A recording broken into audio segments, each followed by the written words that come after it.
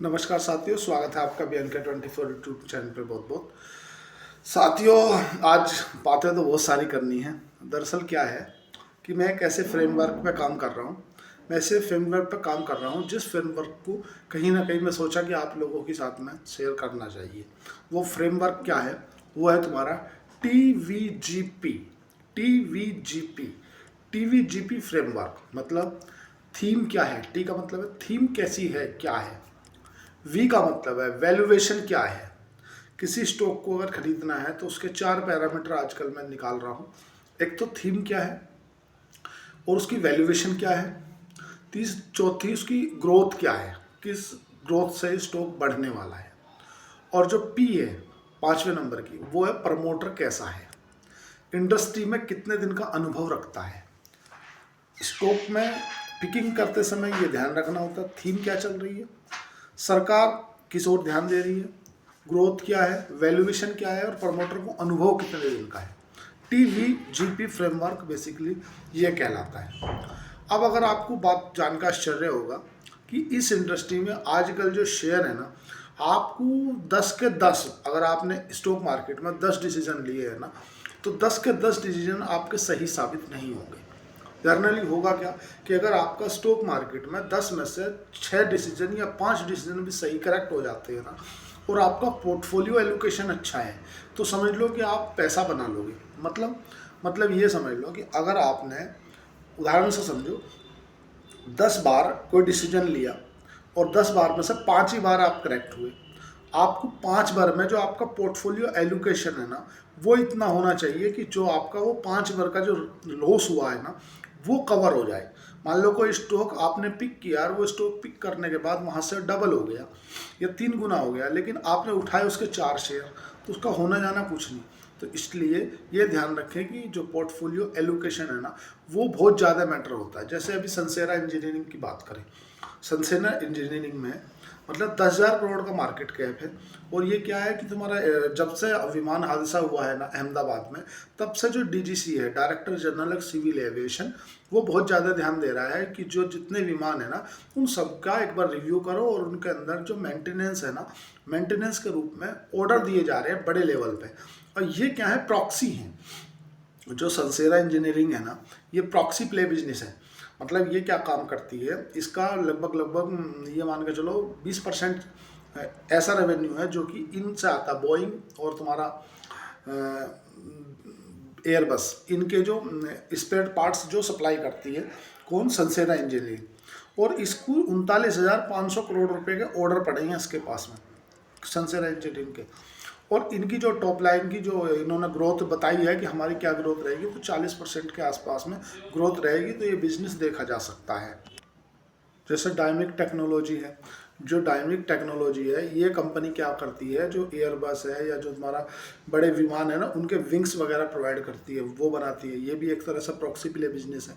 या जैसे आपने देखा होगा, काइट है, मतलब पतंग है, चील है, इस तरह के जो ड्रोन है उनको ये सप्लाई करती है स्पेयर पार्ट्स। तो ये क्या है ना कि डिफेंस और एयर स्पेस में इनका प्रॉक्सी प्ले मान के चलो आप। प्रॉक्सी प्ले जर्नली जितने भी आप कंपनी उठाओगे, वो कंपनी प्रॉक्सी प्ले बिजनेस होते हैं और वो अच्छे हों। बट ये ध्यान रहे कि जैसे प्रॉक्सी प्ले को मैं आपको लेमन लैंग्वेज में बताऊंगा, उसके लिए आप ये पहले डायनेमिक टेक्नोलॉजी समझो। ये क्या है, डिफेंस और एयर स्पेस के अंदर अपना जो पार्ट्स है और जो तुम्हारा छोटे छोटे ड्रोन है, वो सप्लाई करने का काम करती है। एक तरह से बेहतरीन कंपनी है। खरीदना बेचना तो आपको अपने वित्तीय सलाहकार से पूछ के ही है। भाई मैं आपको बिल्कुल क्लियर वे में समझा दूं कि जर्नली प्रॉक्सी प्ले होते क्या है। प्रॉक्सी प्ले ऐसा समझो जैसे शर्ट है ना, और टेलर है एक मार्केट में 10। उन टेलरों से ज़्यादा जो पैसे कमाएगा ना, वो कमाएगा जो उस 10 दुकानों के लिए रील, धागा, सुई और बटन्स और काज सप्लाई करता है। तो वो क्या हुआ, वो प्रॉक्सी प्ले बिजनेस हुआ। जैसे कोई एक मार्केट है जहाँ पे मोटरसाइकिल रिपेयर होती है, तो मोटरसाइकिल के मिस्त्री हैं 10, लेकिन उन सब में सबसे ज़्यादा अगर किसी का बिजनेस चल रहा होगा तो जो स्पेयर पार्ट्स बेच रहा है ना, उसका चल रहा होगा। मतलब वो क्या है, उसका प्रॉक्सी प्ले बिजनेस है। कोई भी मोटरसाइकिल सुधारेगा तो वो कहीं ना कहीं जो ऑर्डर करेगा ना वो उसी से लेगा, बोले स्पेयर पार्ट्स वहाँ से भेज दो। ऐसे ही जो कंपनी मतलब महिंद्रा को, अशोक लीलैंड को, जितने टीवीएस है, इन सबको जो अपने स्पेयर पार्ट्स जो सप्लाई कर रही होगी ना, उस कंपनी को पकड़ने से भविष्य में 30 से 40 गुना होने की संभावना रहती है। तो इसीलिए हमेशा किसी भी बिजनेस का आप अगर डायरेक्ट बिजनेस नहीं समझ रहे तो आप प्रॉक्सी प्ले पकड़ लो। प्रॉक्सी प्ले में भी आप भविष्य में मल्टीबैगर बना लोगे। अभी अच्छे अच्छे कंपनी 20 से 15 के पीक पे चल रही है, 15-20 पे आपको अच्छे अच्छे बिजनेस मिल जाएंगे। और लोग बाग लगे हैं 70-80 का पी उठा लेंगे। कोई भी कंपनी उठा लो 20 का पी, उठा लो 15 का पी, क्योंकि अभी देखो ना, आपको कुछ जो मल्टी बैगर बनेंगे ना, आपको कोई भी मल्टी बैगर ऐसा नहीं बनेगा जो हाई पी पे हो। कोई अकेला पी पैरामीटर नहीं होता, डिफरेंट डिफरेंट क्लासेस के, डिफरेंट डिफरेंट इंडस्ट्री को पढ़ने का डिफरेंट डिफरेंट क्राइटेरिया रहता है। लेकिन मैं ये कह रहा हूँ कि अगर आपके पास में अकेला पी देख लिया आपने कि यार वो अगर हाई पी पे है, हमेशा डिफेंस, अभी देखो ना डिफेंस की थीम चल रही है, तो डिफेंस के आपने पिछले 1-1.5 सालों में बहुत से स्टॉक कहीं कहीं गुना हो गए, कहीं कहीं 2-2 गुना, 4-4 गुना, 5-5 गुना, 6-6 गुना हो गया। तो ये क्या है ना कि ये थीम है कि जिस ओर सरकार का फोकस है या जिस ओर सरकार ध्यान दे रही है, जिस तरफ सरकार ध्यान देगी उसी तरफ पैसा बनेगा। ये आप मान के चलो भविष्य में। जैसे सरकार अभी सोलर प्लांट पे ध्यान दे रही है। क्यों दे रही है सोलर प्लांट पे ध्यान? क्योंकि सरकार भी जानती है कि जो रियल अर्थ है ना, जो कोयला है, जो जिस तरह के प्रोडक्ट है ना, ये एक सीमित है। अब जो सूरज है ना, वो सूरज अनलिमिटेड है। ऐसा नहीं है कि हमारे दादा बाबा के समय पर कम निकलता था, अब ज़्यादा निकलने लगा। तो इसीलिए जो सोलर से ऊर्जा बन रही है ना, उससे जो डिमांड और सप्लाई को कंट्रोल करना कहीं ना कहीं सरकार चाहती है। अब उसमें जो ना तुम्हारा बैटरी स्टोरेज सिस्टम का भी इक्विपमेंट जरूरत पड़ेगी, क्योंकि जब ये बिजली बनाएंगे सोलर प्लेट से तो उसे कहीं ना कहीं में तो स्टोर करेंगे, क्योंकि जब पीक डिमांड रहती है रात को 6 बजे से सुबह तक की। अब जब पीक डिमांड रहेगी उस समय पर उसे जो दिन भर में बिजली बनाई जितनी भी, उसे कहीं ना कहीं तो स्टोर करके रखेंगे, और जब वो स्टोर करके रखेंगे तो उसे फिर यूज़ करेंगे, तो उसमें जो बैटरी स्टोरेज की भी आवश्यकता पड़ेगी। तो जो एक्सटाइड और अमरा राजा जैसी बैटरी हैं, ये कहीं ना कहीं उसका भी इन्वॉल्वमेंट हो जाएगा। ये एक तरह से प्रॉक्सी प्ले हो जाएगा। फिर ये मान के चलो जो प्रॉक्सी प्ले आ जाएंगे कि जो बैटरी को बनाने के लिए जो केमिकल सप्लाई करती हैं, जो तुम्हारा भाई बैटरी बनाने के लिए कोई लिथियम की बैटरी है, कोई दूसरी तरह की बैटरी है, उसके लिए कि जो केमिकल लगेगा, जैसा एक HSCL करके एक कंपनी है, वो इनका chemical, Himadri speciality chemical limited company है, वो आज कम से कम पिछले 5 सालों में 10 गुना हो गई है, 10 से 12 गुना हो गई। मतलब 50 रुपये का सेल चलता था, 600 का हो गया। और 2021-22 में अगर आपने इसमें 5 लाख लगाए तो आज 30 लाख, मतलब 50 लाख 60 लाख रुपए हो गए हैं। तो अल्टीमेटली फिर आपको प्रॉक्सी प्ले देखना पड़ेगा कि भाई ये जो बैटरी बनेगी ना, क्योंकि बैटरी की आवश्यकता बनेगी, अब उसका प्रॉक्सी क्या है? केमिकल, जिस केमिकल से वो बैटरी बनेगी, तो उसमें कौन है? हिमाद्री स्पेशलिटी केमिकल जैसी कंपनियां हैं। तो ये उसका एक तरह से प्रॉक्सी प्ले हो गया। तो आज का जो वीडियो है पूरा प्रॉक्सी प्ले पे ही है। तो कहना क्या है कि सरकार का ध्यान है सोलर पैनल पर, सोलर स्टोरेज होगी बैटरी में, और बैटरी का केमिकल बना रही है ये, तो ये उसका क्या हो गया? प्रॉक्सी प्ले हो गया। जैसे डाटा सेंटर लग रहा है, तो डाटा सेंटर लगाने के लिए जो भी कंपनी डाटा सेंटर लगाएगी या जो सेमीकंडक्टर लगाएगी, उसके लिए जो क्लीन JLD पे काम चल रहा है, JLD मतलब जीरो लिक्विड डिस्चार्ज, तो इनका प्रॉक्सी क्या हो गया? इनकी प्रॉक्सी हो गई तुम्हारे वाटेक, बाबाग या EMS। ये भाई अगर सरकार ने बोला है कि आप जो भी कुछ लगा रहे हो ना, उसका जो खराब पानी निकलेगा ना, आपको जो डिस्चार्ज करना है ना, वो पानी बिल्कुल शुद्ध करके करना, मतलब साफ करना है, वो हो गया जीरो लिक्विड डिस्चार्ज।